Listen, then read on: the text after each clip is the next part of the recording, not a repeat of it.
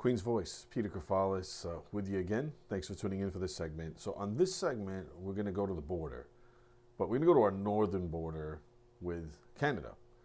So we have been hearing a lot of things, even during the Sleepy Joe presidency, that a lot of the bad actors were taking advantage of the northern border because it's just, it's actually the largest border in the world, land border. It has over 5,500 miles.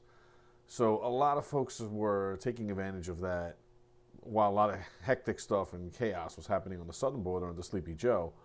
But the northern border is still back in the news. So let's get into what's going on, guys. So U.S. officials are requesting help at the northern border with Canada, saying, quote, "The most dangerous people are coming through," end quote. The most dangerous people are coming through. Doesn't sound very heartwarming, right? So, since President Trump's return, we know that crossings at the northern border have plummeted. But unfortunately, the gains have mostly stalled recently due to the fact that so much attention and so many of our resources have been deployed and positioned on our southern border with Mexico. And rightfully so. But unfortunately, this move has left large swaths of unprotected and vulnerable terrain over there between us and our neighbors to the north, the Canadians. So the northern border, like I said, is a very large border.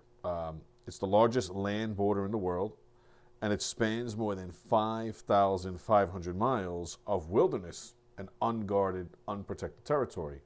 Whether it's the Canadian forces or the American forces, unfortunately, most of that terrain that we have a common border with the Canadians on is not protected or patrolled.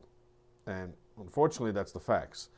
Now, Canadian coyotes are now advertising on TikTok that they can get people smuggled into the U.S. for a couple $1,000 US. I don't know what that means, in terms of the exact price. Perhaps it's negotiable depending on which coyote, someone would hire.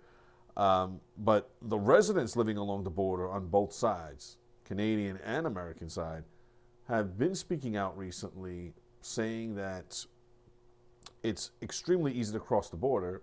You simply walk across. And I've seen somebody else who said you simply put your foot on one patch of grass to another patch of grass, and you literally can go between countries without anyone knowing, no checkpoints, no border patrol, no anything.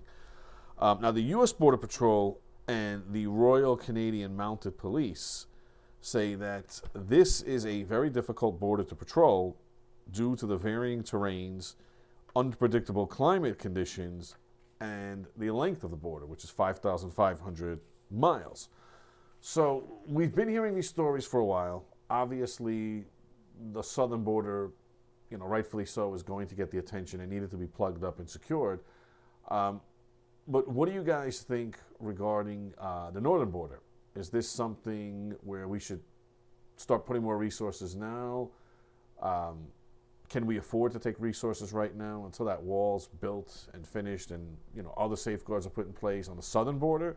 Can we afford to take men and women and equipment and bring it up to the northern border? Or do we pull from our National Guard, reserves, active military and put them there? I don't know. I'm just talking out loud. Some have called for that. Some have said they don't know what to do. So just curious, what do our listeners out there think? And when they say the most dangerous people are coming through, that's obviously pretty disturbing because we can just, let our minds wander and figure out, who those bad actors may be or are. So anyway, if you haven't liked, shared, or subscribed, please do so. Doesn't cost anything. Takes a few seconds, and it helps us out a lot.